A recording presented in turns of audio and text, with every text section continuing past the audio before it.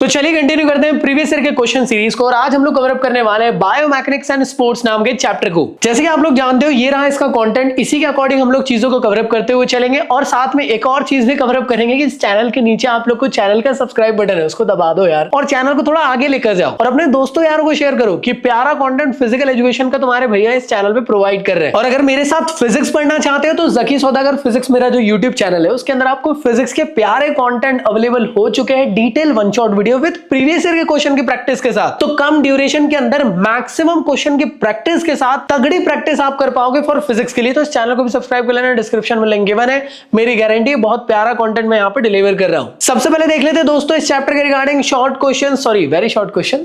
और very short question में सबसे पहला क्वेश्चन है कि लॉ ऑफ रिएक्शन क्या होता है। तो सभी लोग जानते हो लॉ ऑफ रिएक्शन मतलब क्या होता है। Every action has equal and opposite reaction, मतलब बॉल अगर दीवार पे मारोगे तो वो बॉल बाउंस बैक होकर आपके पास वापस से आ जाएगी। अगला क्वेश्चन है कि आखिर इक्विलिब्रियम क्या चीज होती है। तो एक ऐसा स्टेट होता है जहां पे जो ऑब्जेक्ट है वो बैलेंस कंडीशन पे रहता है, जहां पे फोर्स जो है वो जीरो एक्ट करता है। अभी डिसबैलेंस हो गया, ये रहा इक्विलिब्रियम, तो ये रहा इक्विलिब्रियम, देखो ये बैलेंस हो गया। तो इसे कहते हैं इक्विलिब्रियम स्टेट, जहां पे किसी भी टाइप का मोशन आप लोग को ऑब्जेक्ट के अराउंड देखने को नहीं मिलता। ऐसा इसलिए हो रहा है क्योंकि नेट फोर्स की वैल्यू यहाँ पे जीरो हो जा रही है। आपको यहाँ पे टाइप्स भी बताना है इक्विलिब्रियम के। तो इक्विलिब्रियम का पहला टाइप होता है स्टैटिक इक्विलिब्रियम, दूसरा होता है डायनेमिक इक्विलिब्रियम। 2017 में आप लोग को क्वेश्चन पूछा गया था कि आखिर फ्रिक्शन क्या चीज होती है। तो फ्रिक्शन बेसिकली ना एक किस्म से फोर्स ही होता है, जहां पे अप्लाइड फोर्स लगता है उसके अपोजिट डायरेक्शन में फ्रिक्शन फोर्स लगता है। जैसे मान लेते हैं ये एक ऑब्जेक्ट है इस सरफेस पे रखा हुआ है, अगर मैं यहां से अप्लाई करता हूं फोर्स, ठीक है ना, आपने इधर से धक्का मारना शुरू करे तो इसके अपोजिट डायरेक्शन पे फ्रिक्शन आप लोग को लगते हुए देखने को मिलेगा। ये ऑटोमेटिकली लगता है, यहां पे कोई खड़ा नहीं है। ये फ्रिक्शन लग क्यों रहा है? सरफेस के कांटेक्ट की वजह से लग रहा है। तो जितना ज्यादा स्मूथ सरफेस रहेगा ना तो फ्रिक्शन लगेगा ही नहीं, और जितना ज्यादा रफ सरफेस रहेगा उतना फ्रिक्शन आपको लगते हुए देखने को मिलता है। तो फ्रिक्शन भी दो टाइप के होते हैं, स्टैटिक फ्रिक्शन, डायनेमिक फ्रिक्शन। अब बात कर लेते हैं डायनेमिक फ्रिक्शन क्या चीज होता है। डायनेमिक फ्रिक्शन का मतलब ऐसे टाइप का फ्रिक्शन जो कि मूविंग ऑब्जेक्ट पे लग रहा है। अब चाहे तो ये स्लाइडिंग फ्रिक्शन हो सकता है, मतलब कोई ऑब्जेक्ट स्लाइड हो रहा है उस दौरान पे, या फिर कोई ऑब्जेक्ट रोल हो रहा है उस दौरान पे भी आपको लगते हुए देखने को मिलता है। जैसे आप लोग फुटबॉल खेल रहे हो, फुटबॉल को आप लोगों ने किक करे तो बॉल जो है एक टाइम पे आके रुक जाती है, उसके पीछे का रीजन क्या है? Rolling friction. नेक्स्ट क्वेश्चन है आप लोग का कि सेंटर ऑफ ग्रेविटी क्या चीज होती है दोस्तों। सो सेंटर ऑफ ग्रेविटी एक ऐसे टाइप का इमेजिनरी पॉइंट होता है जहां पे बॉडी जो है कंप्लीटली बैलेंस रहती है, उसे हम लोग कहते हैं सेंटर ऑफ ग्रेविटी। या आप लोग को अराउंड बॉडी के बीचों बीच पे लगते हुए देखने को मिलता है, जहां पे वेट जो इक्वली डिस्ट्रीब्यूट रहता है। अगला क्वेश्चन कुछ इस तरीके से आप लोगों को पूछा गया है कि एक ऑब्जेक्ट को आप लोगों ने थ्रो करे उस स्पेस में और वो एक प्रोजेक्टाइल बनाते हुए जा रहा है, तो आपको बताना है कि उस पे कौन कौन से फोर्सेस एक्ट होंगे। एग्जांपल के तौर पे ये रहा आप लोग की बॉल, इसको आप लोगों ने कुछ ऐसे ऊपर की तरफ फेंके हो, तो जब ये ऊपर जा रहा था उस दौरान पे इस पे कौन कौन से फोर्सेस लग रहे हैं जिस वजह से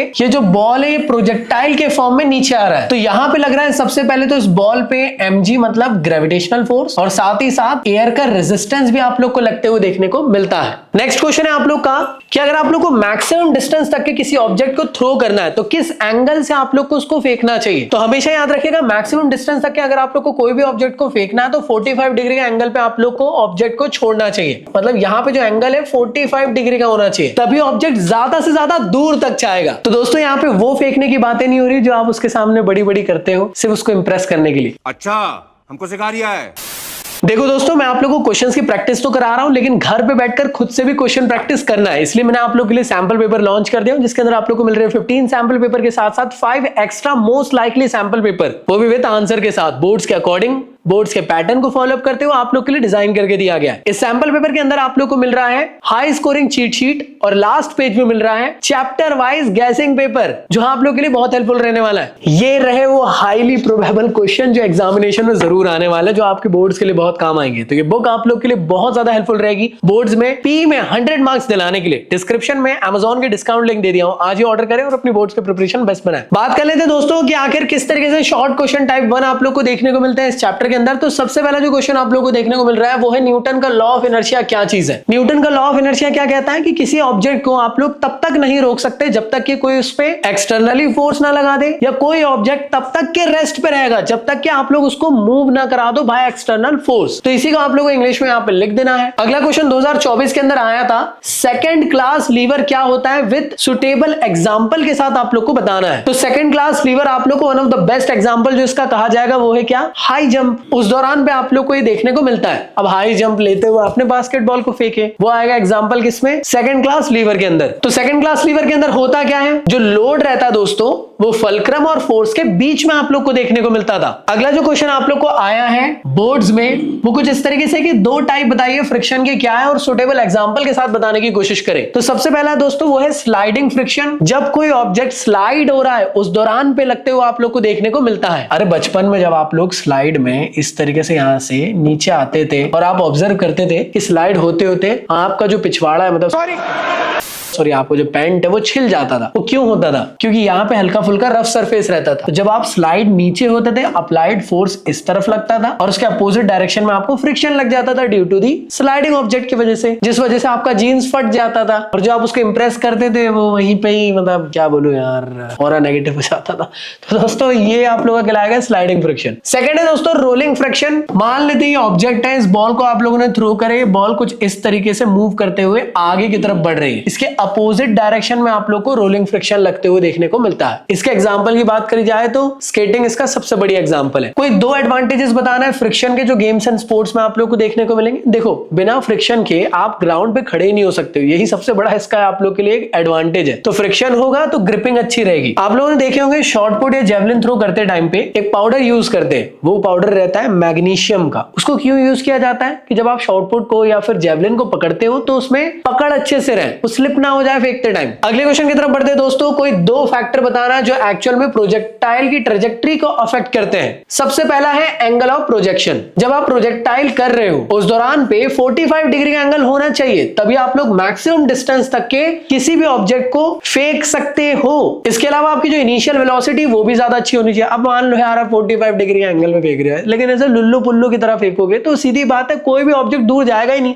ताकत से फेंकना पड़ेगा ना। तो इनिशियल वेलोसिटी भी बहुत ज्यादा इंपॉर्टेंट रोल प्ले करती है किसी भी ऑब्जेक्ट को मैक्सिमम डिस्टेंस तक के फेंकने के लिए। अब बात कर लेते हैं दोस्तों शॉर्ट क्वेश्चंस के टाइप 2 की वैरायटी में। तो यहां पे जो सबसे पहला क्वेश्चन आया है, देखो रिपीट हो रहे हैं सारे क्वेश्चन, बस लेंथ उसकी बढ़ते हुए चलेगी बस क्वेश्चन के पैटर्न के अकॉर्डिंग। तो 2020 में क्वेश्चन आया है, सुटेबल एग्जांपल के साथ आप लोगों को एप्लीकेशन ऑफ न्यूटन लॉ को समझाते हुए चलना है। जैसे न्यूटन का पहला लॉ का नाम होता है लॉ ऑफ मोशन, तो न्यूटन के पहले लॉ को समझ लेते हैं, वो है लॉ ऑफ इनर्शिया। वही चीज कि कोई भी ऑब्जेक्ट तब तक के मूव करता रहेगा जब तक कि कोई उसको रोकना ले, या कोई भी ऑब्जेक्ट तब तक के रेस्ट पे रहेगा जब तक कि कोई उसको मूव ना करा दे। इसका सबसे बढ़िया एग्जांपल आप लोग फुटबॉल का दे सकते हो, जहां पे बॉल जो है तब तक के आपको रेस्ट पे देखने को मिलेगी जब तक कि कोई इसको किक करके मूव ना करा दे। आप बोलोगे भैया एक बात बताओ, ये कैसा लॉ ऑफ इनर्शिया है? मान लेते हैं बॉल को किक करे, बॉल को आपने किक करे, उसके बाद बॉल को तो मूव करते ही रहना चाहिए था, वो रुक क्यों रही है? वो रुक इसलिए रही है फ्रिक्शन की वजह से। अगर फ्रिक्शन नहीं रहता तो न्यूटन का जो लॉ है वो कभी गलत नहीं होता। यही चीज अगर आप स्पेस में करोगे, किसी को धक्का मार दोगे तो वो उसी तरह मूव करता रहेगा हमेशा जब तक कि कोई उसको रोक ना ले खुद से। न्यूटन का सेकंड लॉ जो है इसका नाम है लॉ ऑफ एक्सेलरेशन या लॉ ऑफ मोमेंटम। ये आप लोग को न्यूटन इसमें अपनी मां के बारे में बताया, F=ma,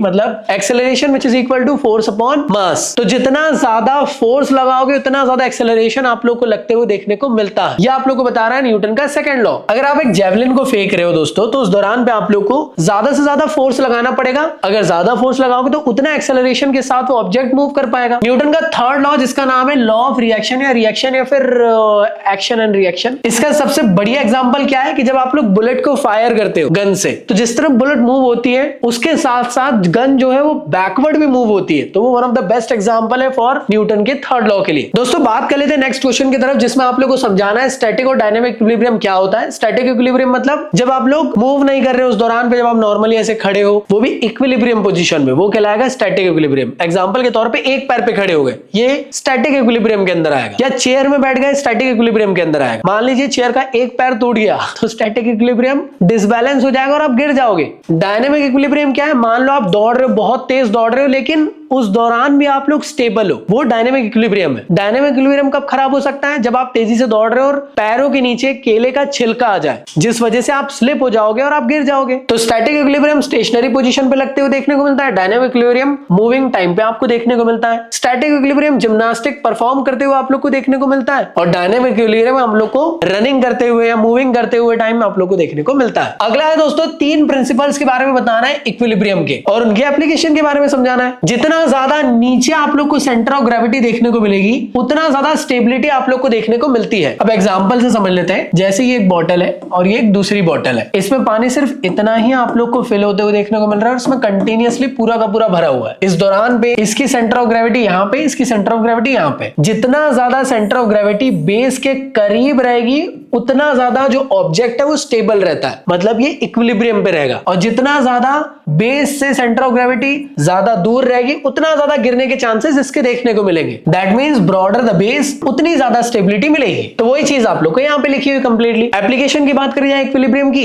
तो सीसॉ के अंदर जो दो लोग बैलेंस हो जाते हैं कई बार, वो आप लोग को इक्विलिब्रियम का आपका एग्जांपल हो गया। टेनिस में जो कंटिन्यूअसली पोजीशन चेंज होती रहती है बॉल को हिटिंग के दौरान पे, वो भी आप लोग का एक एग्जांपल हो गया डायनेमिक इक्विलिब्रियम का। बॉक्सर कई बार अपना बैलेंस लूज कर लेते हैं और तुरंत पोजीशन शिफ्ट करके वापस से बैलेंस हो जाते हैं, वो भी इसी का एग्जांपल हो जाएगा। रेसलर्स आप लोग देखते होंगे ऐसे नीचे झुक झुक कर खेलते हैं, ऐसा इसलिए करते हैं कि स्टेबिलिटी ज्यादा मेंटेन रहे। दोस्तों नेक्स्ट क्वेश्चन की तरफ बढ़ते हैं। आप लोग से क्वेश्चन ये पूछ रहा है कि फ्रिक्शन की कैटेगरी आप लोग को बताना है कितनी है और एग्जांपल देना है। तो सबसे पहला है स्टैटिक फ्रिक्शन, जो कि एक ऐसे ऑब्जेक्ट में आप लोग को लगते हुए देखने को मिलता है जो मूव ही नहीं कर पा रहा है। मतलब कोई बहुत भारी ऑब्जेक्ट है, एक बहुत भारी पत्थर है और दो लोग धक्का मारकर आप लोग उसको मूव नहीं करा पा रहे। वो एक्चुअल में मूव इसलिए नहीं हो पा रहा है क्योंकि उस पर कंटिन्यूअसली स्टैटिक फ्रिक्शन लग रहा है। जैसे देखो ध्यान से, ये है एक बेस, इस बेस पे मैंने रख दिया एक स्टोन, ये आप लोग का एक स्टोन रखा हुआ है। आप लोग इस तरफ से फोर्स लगाना शुरू कर दिए, ये है आप लोग का वो फोर्स जो आप अप्लाई कर रहे हो। उसके बावजूद भी ये ऑब्जेक्ट स्टैटिक पोजीशन पे हिल ही नहीं रहा है। उसके पीछे का रीजन क्या है? क्योंकि यहाँ पे कंटिन्यूअसली जितना फोर्स लगा रहे हो उतना ही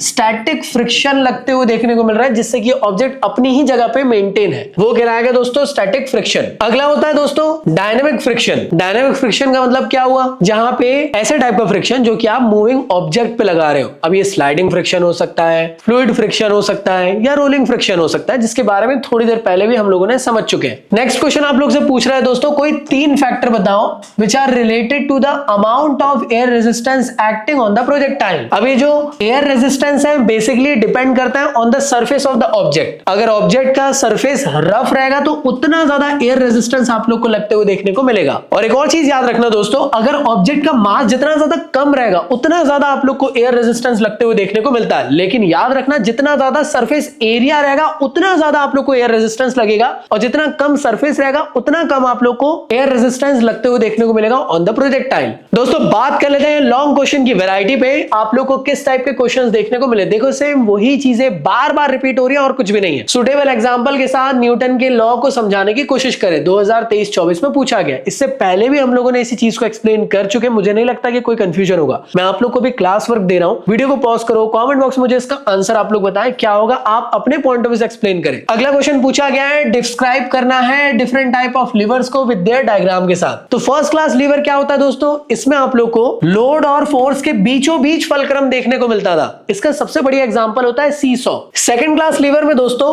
फलक्रम और फोर्स के बीच में आप लोग को लोड देखने को मिलता था। यहाँ पे आप लोग हाई जंप का एग्जांपल दे सकते हो। इसका एग्जांपल ये भी हो सकता है कि बेबी आप लोग को हग करने के लिए आ रही है और बेबी की हाइट कम है, तो बेबी ऐसा आपको ऊंचा होकर ऐसा हग करेगी ना, तो वो सेकंड क्लास लीवर के अंदर आएगा। थर्ड क्लास लीवर की अगर बात करी जाए तो इसके अंदर आप लोग को फलक्रम और लोड के बीच में फोर्स लगते हुए देखने को मिलता है। फोर्स आप ऊपर की तरफ लगा रहे हो, फलक्रम आपका ये जॉइंट है और फोर्स लगाया कहां से जा रहा है? यहां से लगाया जा रहा है। लोड उठाया कहां से जा रहा है? हाथ से। तो बेबी को जब आप बाहों में इस तरीके से गोदी में उछालते हो तो वो आपका थर्ड क्लास लीवर है।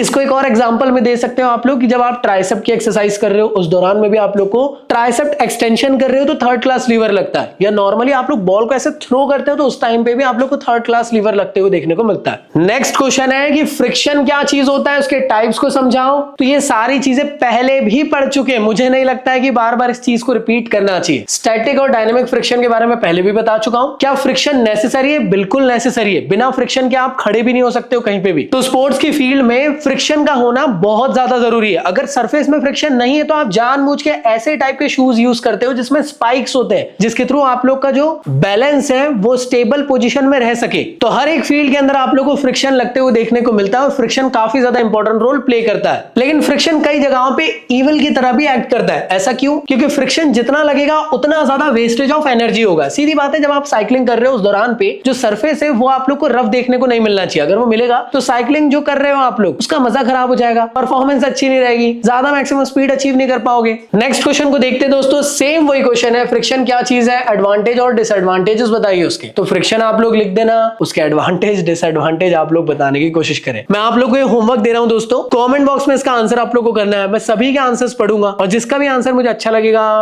प्रॉमिस उसको मेरी तरफ से हार्ट बटन मिल जाएगा। नेक्स्ट क्वेश्चन है दोस्तों, काफी इंपॉर्टेंट, क्या होता है प्रोजेक्टाइल ट्रेजेक्ट्री? प्रोजेक्टाइल ट्रेजेक्ट्री मतलब ये कि कोई भी ऑब्जेक्ट को जब आप थ्रो करते हैं ना, तो कुछ इस तरीके से वो पाथ बनाते हुए जाता है, एक पैराबोलिक पाथ, इसी को कहा जाता है दोस्तों प्रोजेक्टाइल। अभी जो इसकी ट्रेजेक्ट्री है, कैसे फेंक रहे हो, क्या आप ऐसे फेंक रहे हो, ऐसे फेंक रहे हो, या सीधा ही ऊपर फेंक दी, ये इसकी ट्रेजेक्ट्री है। इसके फैक्टर्स पे भी आप लोग को बात करना है। सबसे पहली चीज है वो ग्रेविटी। ग्रेविटी की वजह से आप लोग को ये पैराबोलिक पाथ देखने को मिल पाता है। अगर ग्रेविटी नहीं लगती तो ये ऑब्जेक्ट को जब आप फेंकते तो ये सीधा अंतरिक्ष में चली जाती। और साथ ही साथ ग्रेविटी ना उस ऑब्जेक्ट के मास पे भी डिपेंड कर रही है, जितना भारी ऑब्जेक्ट रहेगा उतना तेजी से नीचे भी आएगा। अगला है स्पीड ऑफ रिलीज। आप सोच रहे हो 45 के एंगल से फेंकूंगा, दूर फेंकूंगा, लेकिन लुल्लू पुल्लू टाइप फेंकोगे, एकदम समझ गए ना, एकदम मक्खन मलाई टाइप फेंकोगे आप लोग, तो फिर ऑब्जेक्ट दूर कैसे जाएगा? आपको पूरी ताकत से फेंकना पड़ेगा, तभी ये प्रोजेक्टाइल पाथ जो है ज्यादा बेटर बन पाएगा। और प्रोजेक्शन एंगल जिसकी अभी मैंने बात किया, 45 के एंगल से फेंकोगे तो ज्यादा अच्छा रहेगा। अगर आपने सीधा ही फेंक दिया तो ऑब्जेक्ट नीचे आ जाएगा, क्या प्रोजेक्टाइल बना?